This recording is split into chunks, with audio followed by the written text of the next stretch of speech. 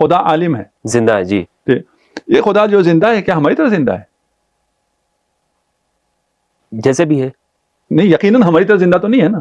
ہم تو مردہ تھے پھر زندہ ہوئے ہیں، اور ہماری زندگی کسی سے ہے. جب تک اس کا لطف اور نظر کرم ہے تب تک زندہ ہے، اس کے بعد ہماری زندگی ختم ہے. یہ خدا کسی ایک جہت میں ہو، خدا عرش پہ ہو، اس کا مطلب یہاں نہیں ہے نا. خدا جسم بھی ہے اور عرش پر بھی ہے. اس کا کیا مطلب ہے؟ اس کا مطلب یہاں خدا نہیں. ایسا نہیں ہے کہ آپ کہیں جی اس کا چہرہ ہے، آنکھیں ہیں، ہماری طرح نہیں ہے، کیونکہ ایسی ہیں. پھر جیسے بھی ہوں گی وہ اس کی ہے نا. جیسی بھی ہوں گی پھر جسارت لازم آتا، نہیں تو میں اس کو کچھ الفاظ بول سکتا تھا. اچھا. ٹھیک، یہ پھر وہ صحیح نہیں ہے. دیکھیے، جب ہم کہہ رہے ہیں کہ روح ہے اور اس کا کوئی جسمانی وجود نہیں ہے، اس کا ہونا، اس کا حی ہونا بھی یہ حی ہونا نہیں ہے، اس کا عالم ہونا بھی یہ عالم ہونا نہیں ہے. ہمارا علم اور ہے، خدا کا علم اور ہے. ایسے عاجز خدا کا، ایسے محدود خدا کا جو کسی عرش پر ہے، ایسے محدود خدا کا جو آسمان پہ ہے اور ایسے اترتا ہے جیسے میں ممبر سے اتر کے دکھاؤں کہ خدا جو ہے 7ویں آسمان سے اس طرح اتر کے تیسرے آسمان پہ آتا ہے، دوسرے آسمان پہ آتا ہے، چوتھے پہ آتا ہے. یعنی ہمارا جو مذہبی طبقہ ہے وہ توحید نہیں پیش کر رہا جو امام علی نے بیان کی، یا جو توحید ہے جو اللہ جو حقیقی توحید ہے، جو رسول خدا توحید. دیکھیں ہم نہیں سمجھ سکتے. امام علی بھی کیونکہ باب مدینۃ العلم ہے اس لیے بیان کر پا رہے ہیں، وإلا ان کی عقل بھی اس خدا تک نہیں پہنچ سکتی. جس طرح ادھر ہم نے کہا وہ ہیومن رائٹس کے نعرے بہت لگاتے ہیں لیکن ان کو ہیومن کی تعریف کا پتہ نہیں ہے. یہاں توحید کے نعرے بہت لگاتے ہیں، ان کو توحید کا خود پتہ ہی نہیں. قرآن تو کہتا ہے نا کہ اللہ کو دیکھ پائیں گی آنکھیں. نہیں، کیسے کہتا ہے؟ اللہ کو کون سی آنکھیں دیکھیں گی؟ کس آنکھ سے؟ میں نے کہا نا، امام حسین بھی کہہ رہے ہیں نا، اندھی ہے وہ آنکھیں جو تیرا دیدار نہ کریں. اس کا کیا مطلب ہے؟ یہ بھی تو خود انہیں سے پوچھیں، وہ جواب دے رہے ہیں. السلام علیکم ورحمۃ اللہ وبرکاتہ. تو ہمارا موضوع جو چل رہا ہے وہ الحاد سے متعلق ہے. سوال میرا یہ تھا حضرت کہ جو ہر مذہب کا یہ دعویٰ ہے کہ ہمارا خدا، ہم جس خدا کو ماننے والے ہیں ہم ہی سچے ہیں. آپ نے بتایا کہ جنت جہنم کی بات تو بعد میں ہے، پہلے تو ہم معاشرے میں دیکھ لیں، انسانی حقوق کی بات کر لیں، اور انسانی حقوق میں پہلے پھر ہم انسان کو دیکھ لیں کہ انسان کی ڈیفینیشن کیا ہے. اسی میں وہ ناقص ہیں، پورے نہیں اترتے ہیں. یہ بات تو آپ کی ٹھیک ہے، لیکن ہم سمجھنا یہ چاہتے ہیں ہمارا جو نوجوان ہے وہ مذہبی طور پر وہ، یعنی ہم کسی خدا کو ماننے والے لوگ ہیں، ٹھیک ہے. تو ایسے میں جس طرح ہمارے مسالک کی بات ہے، وہ مسلکوں میں بھی پھر تقسیم در تقسیم ہے. میں اس طرف نہیں جانا چاہتا. مذہب میں جو نوجوان وہ دین سے ہی ملحد ہوتا جا رہا ہے، دین بیزار ہوتا جا رہا ہے، خدا سے ہی اس کا اعتبار اٹھتا جا رہا ہے، اور وہ ان وجوہات سے اوپر ہے. مثلا ایک خاتون ہے، اس کے ساتھ دنیا کی زندگی میں اس کی قسمت میں ایسے واقعات ہو جاتے ہیں، اس کی پے در پہ طلاقیں ہو جاتی ہیں، شوہر اس کے ساتھ اچھا نہیں ہے، گھر کا ماحول اس کو اچھا نہیں ملتا. تو وہ یہ سمجھتی ہے کہ اگر اللہ ہے تو اس کو تو میرے ساتھ عدل کرنا چاہیے تھا، مجھے اس نے کیوں ظالموں کے ہاتھوں میں، ان بہرحموں کے ہاتھوں میں چھوڑ دیا. تو اس کا خدا سے اعتبار اٹھ جاتا ہے. اب ایسے میں ایک تو سوال یہ ہے کہ سارے خداؤں میں حقیقی خدا کی پہچان کیا ہے؟ پھر اگر خدا ہے تو پھر دنیا میں وہ ظلم کو روکتا کیوں نہیں ہے؟ بسم اللہ الرحمن الرحیم. بہت شکریہ آپ کے اس سوال کا بھی اور آپ کی اس زحمت کا بھی جو آپ نوجوان نسل کے لیے کر رہے ہیں. جزاک اللہ. یہاں کون سا خدا، جی اس پہ جو ایتھسٹ ہیں ان کی طرف سے بہت زیادہ اعتراض آتا ہے کہ بھئی تم کہتے ہو خدا ہے تو وہ جو کہتا ہے وہ اور خدا ہے، یہ جو کہتا ہے وہ اور خدا ہے، وہ جو کہتا ہے وہ اور خدا ہے. بالکل. تو حقیقت میں ہم اگر ایک دفعہ ایتھسٹ کے مقابلے میں بات کر رہے ہیں تو ہم کہتے ہیں بھئی کوئی بھی خدا، پھر جملہ کوئی خدا کا ہونا تو ثابت ہو گیا. یہ بات ہمارے حق میں ہے، اس کے حق میں نہیں ہے کہ جس کی جتنی عقل ہے وہ اپنی اتنی ہی عقل سے، اتنی ہی شعور سے اسی زمانے میں پھر بھی وہ اس حقیقت کو درک کرتا ہے، اس کا اعتراف کرتا ہے، اس کی عبادت کرتا ہے. اس کی کون ہے معرفت یقیناً ممکن نہیں ہے. اسی لیے رسول بھیجے گئے ہیں، رسول کے میسج کو، پیغام کو، انبیاء جو آئے ہیں ان کو جو یہ مفاد پرست ٹولہ ہے انہوں نے تحریفات اس میں کی ہے. یہ سارے ہمارے شریعت میں بھی ہوا ہے، یعنی ہماری امت میں بھی ہوا ہے، اس سے پہلے والی امتوں میں بھی ہوا ہے، احادیث میں بھی ہے کہ یہ سب جو پہلے ہوا ہے وہ یہاں بھی ہوگا. تابع النعل بالنعل. صحیح ہے. تو یہ سب جگہ ہوا ہے، اس سے فرق نہیں پڑتا. اس بحث میں ہم بعد میں اندر جائیں گے. اس بات کا ہمارے لیے یہ ایک بہت بڑا دلیل ہے ہمارے لیے کہ ہر معاشرے میں ہر جگہ خدا ہے، خدا کا تصور ہے. صحیح ہے. آپ کے مقابلے میں آپ کہتے ہیں خدا ہونا محال ہے، نہیں ہے. ہم باقی مذہب والے جیسے بھی جس بھی خدا کو مانتے ہیں ہم کہتے ہیں خدا ہے. تو خدا کا وجود ثابت ہو گیا. اب اس کی صفات میں مشکل آ جاتا ہے. اس کے وجود میں کوئی مشکل نہیں ہے، وجود میں کوئی بحث نہیں ہے. یہ تمام جو ابحاث ہیں وہ صفات خدا میں ہیں کہ وہ اس خدا کی صفات کیا ہیں. اس خدا کی صفات کیا ہیں یہ انسان کا عقل درک نہیں کر سکتا. ابھی جب ہم جو چیزیں بیان کرتے ہیں ہم کہتے ہیں خدا حی ہے, خدا عالم ہے, زندہ ہے. جی یہ خدا جو زندہ ہے کیا ہماری طرح زندہ ہے؟ جیسے بھی ہے نہیں, یقیناً ہماری طرح زندہ تو نہیں ہے نا. ہم تو مردہ تھے پھر زندہ ہوئے ہیں, اور ہماری زندگی کسی سے ہے. جب تک اس کا لطف اور نظر کرم ہے تب تک زندہ ہے, اس کے بعد ہماری زندگی ختم ہے. جسم ہمارا بالکل زبردست ہوگا. ایک آدمی ہے اس کا جسم بالکل ختم ہو گیا وہ زندہ رہتا ہے. ایک آدمی کا جسم بالکل صحیح ہے اور وہ دنیا سے چلا جاتا ہے. یہ جو ہماری حیات ہے, سانس لینا, کھانا کھانا, جگہ کو گھیرنا, یہ حیات تو خدا کی نہیں ہے. یہ جو ہمارا علم ہے, جس طرح ہم عالم ہوتے ہیں, آیا اللہ ایسا عالم ہوتا ہے؟ یقیناً ایسا عالم نہیں ہوتا. کمال التوحید نفی الصفات عن. کمال توحید ہے کہ ان تمام صفات کی نفی کرو. کوئی صفت ہمیں سمجھ میں آنے والی کوئی صفت نہیں ہے. عالم کہیں گے, حی کہیں گے, کہنے کے باوجود نفی صفات کریں گے. جو صفات ہماری ہیں انہیں نفی کریں گے. اس مرتبے تک ہر انسان نہیں پہنچ سکتا. اس مرتبہ توحید علوی تک ہر انسان نہیں پہنچ سکتا. جو جہاں پہنچا ہے وہاں اس نے ایک بات کی ہے. اس میں یہ بگاڑ والے بھی, انحراف والے بھی, جنہوں نے ادھر سے در علم سے یا در اوصیاء سے, در اولیاء سے, در انبیاء سے ہٹا کے اپنی جنہوں نے بازار لگائی تھی, وہ لوگ بھی تو تھے. اور بکتا کیا تھا؟ خدا. کیوں؟ اس لیے کہ ڈیمانڈ خدا کی تھی. انسان کی فطرتاً انسان جو ہے وہ موحد ہے, فطرتاً وہ پرستش کرنے والا ہے, فطرتاً وہ خدا کو قبول کرنے والا ہے. اس لیے اس کانسیپٹ کو ایکسپلائٹ کیا ہے لوگوں نے, اور ایکسپلائٹ کر کے اپنا اپنا خدا بنا لیا ہے. کسی نے بدھ کو بنا لیا, کسی نے بھگوان کو بنا لیا, کسی نے کیا بنا لیا. جو مسلمان ہیں انہوں نے ان کے خدا بھی, مسلمانوں کے خدا بھی بہت سے قسم کے اقسام کے خدا ہیں. جو سارے مسلمان جو مانتے ہیں ان میں سے بہت سی چیزیں وہ مجسمہ ہو جاتے ہیں, وہ کافر ہیں. اگر کوئی مجسمہ ہے وہ کفر ہے. سمجھ میں نہ آنا الگ مسئلہ ہے. جسے سمجھ میں نہ آیا اور وہ خدا کو جسم کا قائل ہو گیا, اس کی بات نہیں کر رہے. جو علماء میں سے مجسمہ ہے ان پہ اہل بیت نے لعنت کی بھی ہے. اللہ کے جسم, اللہ کا جسم کا مطلب ہے اللہ محدود ہو گیا. اچھا, جسم تو محدود ہوگا نا. نظر آنا, نظر نہ آنا جسم کی خصوصیات میں سے نہیں. تو اللہ نے کہا ہے نا کہ اس کے ہاتھ ہیں, اس کے روایات نہیں, کہیں نہیں کہا اللہ نے کہ میرے ہاتھ ہیں. ید اللہ فوق ایدیہم. ہاں, ید اللہ کے ہیں نا. ید کے کیا معنی ہے اس پہ؟ جو عربی جس کو ید کہیں گے وہی. نہیں نہیں نہیں نہیں, ایسا نہیں. عربی میں نازل ہوا ہے قرآن تو نہیں نہیں نہیں نہیں. عربی کے جو لغوی معنی ہے سب کو ہم لغوی معنی پہ لے لیں. جی. تو وہ کہتے ہیں, ایک سلفی عالم تھا, اس نے کہا کہ ہم نے سارا لغوی پہ لینا ہے. تو اس کو کسی نے کہا کہ خدا نے قرآن میں کہا ہے کہ جو ادھر اندھے ہوں گے وہ ادھر بھی اندھے ہوں گے. تم ادھر اندھے ہو, وہ اندھا تھا, تم وہاں بھی اندھے اٹھائے جاؤ گے. وہ اس کو غصہ آ گیا. من کان فی ہذہ اعمى وفی الآخرۃ اعمى. وہ سیقہ ہو گیا. نہیں, اس اعمى کا یہ مطلب نہیں ہے. وہ اعمى کا یہ مطلب اپنے اوپر آ کے لغوی معنی سے دستبردار ہو جاتے. ٹھیک ہے نا. قرآن میں صرف یہ تو نہیں ہے اسے یہاں پہ ایک ید یہاں پہ تو نہیں ہے. اس ید کا معنی میں ہمارے محاورے میں کہتے ہیں فلاں کے ہاتھ بہت لمبے ہیں. وہ کتنے گز کے ہوتے ہیں اس کے ہاتھ؟ یعنی پہنچ کے اعتبار سے. ٹھیک ہے نا. یہ تو محاورہ ہے, سب کو سمجھ میں آتا ہے. اسی طرح عربی محاورہ بھی سب کو سمجھ میں آتا ہے, ایسا نہیں ہے. ٹھیک ہے نا.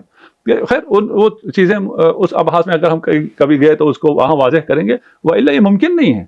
یہ خدا کسی ایک جہت میں ہو, خدا عرش پہ ہو, اس کا مطلب یہاں نہیں ہے نا. خدا جسم بھی ہے اور عرش پر بھی ہے. اس کا کیا مطلب ہے؟ اس کا مطلب یہاں خدا نہیں. اور ہمارا عقیدہ ہے کہ خدا ہر جگہ ہے. ہر جگہ ہے. ہاں, تو تب بھی تو جسم لازم آ گیا. نہیں نہیں, ہونا تو جسم ہی ہے نا. نہیں, کسی چیز کا ہونا نہیں, ہونا جسم نہیں. کیسے نہیں؟ یعنی اگر میں کہتا ہوں کہ ایک چیز ہے تو میں اس کے جوہر کا قائل ہو گیا نا, اس کے جسم کا, کہ وہ ہے. نہیں, وجود رکھتی ہے. آپ کہہ رہے ہیں اگر میں کسی جسمانی چیز کے وجود کا قائل ہوا تو اس کے ہونے سے اس کا جسم لازم آئے گا, آپ یہ کہہ رہے ہیں. اور اگر کوئی روحانی چیز ہوئی, جسمانی نہ ہوئی, آپ کی روح ہے یا نہیں؟ ہے, روح تو ہے. جسم ہے, وجود ہے اس کا. جسم ہے. نہیں, جسم تو نہیں ہے. جسم کے ساتھ ہے. وہ جسم کے ساتھ نہیں ہے. روح الگ ہے, جسم الگ ہے. اس جسم کا روح سے تعلق ہے. جی جی, تعلق ہے. جیسے رنگ کا وجود کے ساتھ تعلق ہوتا ہے. کس کا؟ کسی بھی کلر کا وجود کے ساتھ تعلق. اس طرح نہیں ہے. یہ اس طرح نہیں ہے, کیونکہ یہ دونوں جسم ہیں. کلر دیوار پر ہے, روح جسم میں نہیں ہے. روح کا جسم میں ہونا استعمال ہم کرتے ہیں, لیکن یہ تعبیر غلط ہے اگر دقت سے بات کریں تو. روح جسم میں نہیں ہے. کیوں نہیں ہے؟ میں ہونا جسم کی خصوصیات میں سے ہے. جسم کے لیے یہ ہے کہ وہ میں ہوگا یا باہر ہوگا یا اندر ہوگا یا پر ہوگا. جو روح ہے وہ اس طرح ہوتا ہی نہیں کہ وہ کسی چیز میں ہو. روح کا جسم سے تعلق ہوتا ہے. روح ہے اور مادی نہیں ہے. جب وہ مادی نہیں ہے تو اس کا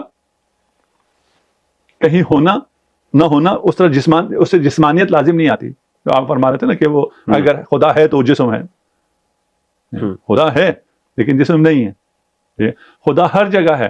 اب دوبارہ لیسا کمثلہ یہ کہتے ہیں لہو عین اللہ کا عیننا، لہو جسد اللہ کا جسدنا، لہو وجہ اللہ کا وجہنا. یہ سب غلط ہے. اچھا سب غلط، سب غلط ہے.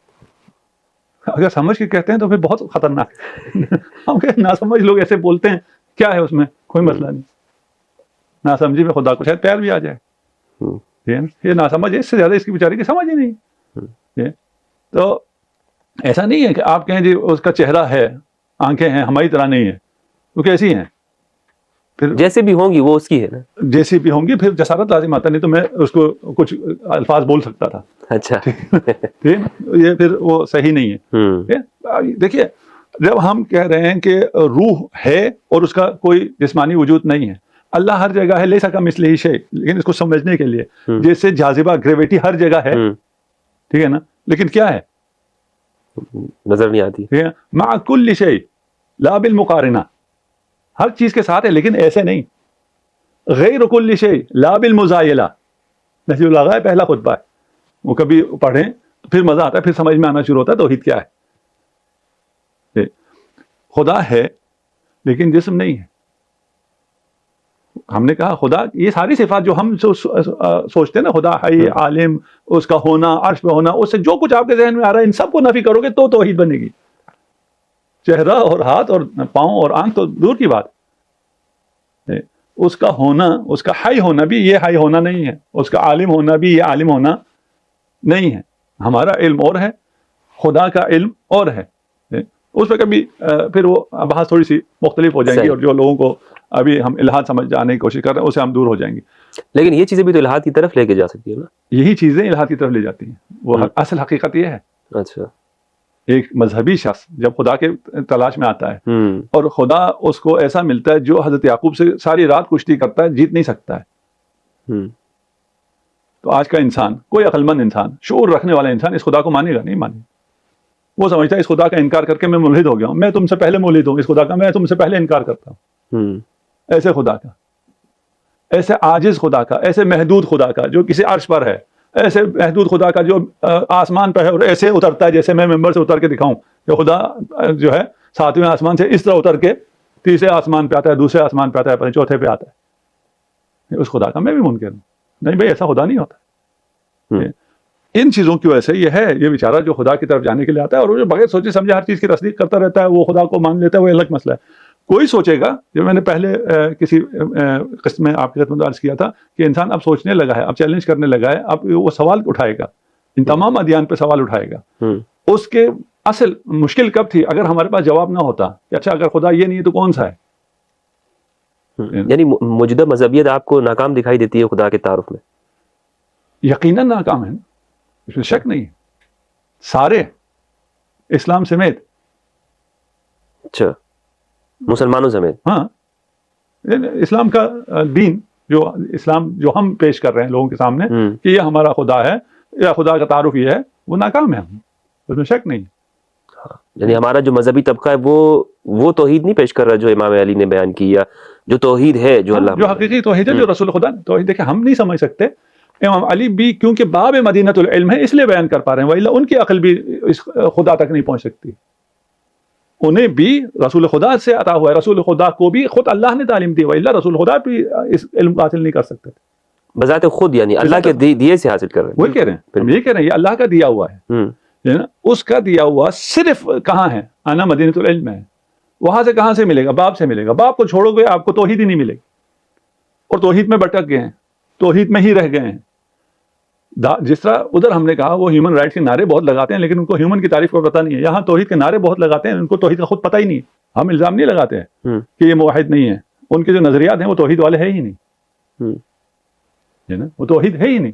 وہ ایک خدا، محدود خدا کو، وہ خدا جو ہے وہ کچھ تو کہتے ہیں دنیا میں نظر آتا ہے، کچھ کہتے ہیں دنیا میں نہیں آخرت میں نظر آتا ہے. وہ جو نظر آنا جسم کی خصوصیت ہے. اجسام میں بھی ابھی بہت سے اجسام جیسے ہم نے اس دن پیش کیا، اس دنیا میں نظر آنے کے یا آخرت میں نظر آنے کے آپ قائل نہیں ہیں؟ یہ تو جسارت ہے خدا کے سامنے، یہ توحید کے انتہائی خلاف ہے. اس پہ اگر رویت پہ کبھی چاہیں بحث کر لیں گے تو ساری چیزیں کھل کے سامنے آ جائیں گی. ممکن نہیں ہے. یومئذ ناظرہ الی ربہا ناظرہ. ہاں وہ ظاہری دیکھنا تھوڑی ہے. عمیت عین لا تراک، اندھی ہے وہاں کے امام حسین جو تجھے نہیں دیکھتی ہیں، لیکن نہ کہ یہ بے عیون عین راس، یہ سارے بیان ہوئی ہوئی ہیں، یہ حقائق بیان شدہ ہیں، واضح ہیں اور انتہائی خوبصورت بیان ہوئی ہوئی ہیں. لیکن مسئلہ یہ ہے کہ رافضیوں کے پاس ہے یہ. نہیں، قرآن تو کہتا ہے نا کہ اللہ کو دیکھ پائیں گی آنکھیں. نہیں، کیسے کہتا ہے؟ اللہ کو کون سی آنکھیں دیکھیں گی؟ کس آنکھ سے؟ میں نے کہا نا، امام حسین بھی کہہ رہے ہیں نا، اندھی ہے وہ آنکھیں جو تیرا دیدار نہ کریں. اس کا کیا مطلب ہے؟ یہ بھی تو خود انہیں سے پوچھیں، وہ جواب دے رہے ہیں. بھائی قرآن کی تفسیر کس سے پوچھنی ہے؟ رسول خدا سے پوچھنی ہے، اہل بیت سے پوچھنی ہے. آج تو یہ بات بالکل تفسیر ہر جگہ پہ چلے گی، یا جو واضح نظر آ رہی ہو، سمجھ آ رہی ہو، یا صرف جہاں پہ متشابہ ہو وہاں پہ تفسیر کی ضرورت ہے؟ نہیں، دیکھیے جہاں واضح آپ کو سمجھ میں آ رہا ہے قرآن آپ کے لیے ہے، یقیناً آپ کے لیے ہے. اس سے مجھے جو سمجھ میں آ رہا ہے، میں بہت سی چیزیں ہو سکتا ہے مجھے جو سمجھ میں آ رہا ہے تفسیر پڑھنے کے بعد، بھلے کسی انسان کی لکھی ہوئی تفسیر، معصومین سے بھی نہ ہو، اصحاب سے بھی نہ ہو، مجھے وہ چیز زیادہ سمجھ میں آ جائے. کسی ایک آدمی کے سمجھانے کی وجہ سے وہ چیز مجھے زیادہ سمجھ میں آ جائے. اس نے بھی اس آیت کو اس آیت کے ساتھ ملا کے آپ کو مفہوم بیان کر دیا، تفسیر کر دیا، تفسیر قرآن کر کے مجھے بیان کر دیا، مجھے سمجھ میں زیادہ آ گیا. اس میں تو شک نہیں ہے. اسی لیے ہم سب انسانوں کی لکھی ہوئی تفاسیر پڑھتے ہیں، اس میں شک نہیں ہے. جو چیز آپ کو ان سب کے بعد، جب آپ کی کوالیفیکیشن بھی تو ہونی چاہیے نا. یعنی آپ کو عربی، آپ نے ایک لفظ پڑھ لیا اور اس کا ڈکشنری میں معنی دیکھ لیا، اس سے آپ کو بات سمجھ میں آ گئی؟ نہیں سمجھ میں آئے گی. یہ واضحات بھی سمجھ میں نہیں آئیں گے جب تک آپ کو اس کا پورے کا علم نہیں ہوگا. جب تک پورے قرآن کے مفاہیم کا علم نہیں ہوگا تب تک آپ کو یہ واضح آیت بھی صحیح سمجھ میں نہیں آئے گی. عقیم مسلات یہ اتنا سمجھ میں آ جائے گا، وہ بھی آپ کو ان تمام چیزوں کے بعد جو انسان بچپن سے صلات کا معنی کیا ہے، نماز پڑھنا واجب ہے، یہ ساری چیزیں ہیں، اس کی وجہ سے اس کو عقیم مسلات کو سمجھ میں آتا ہے.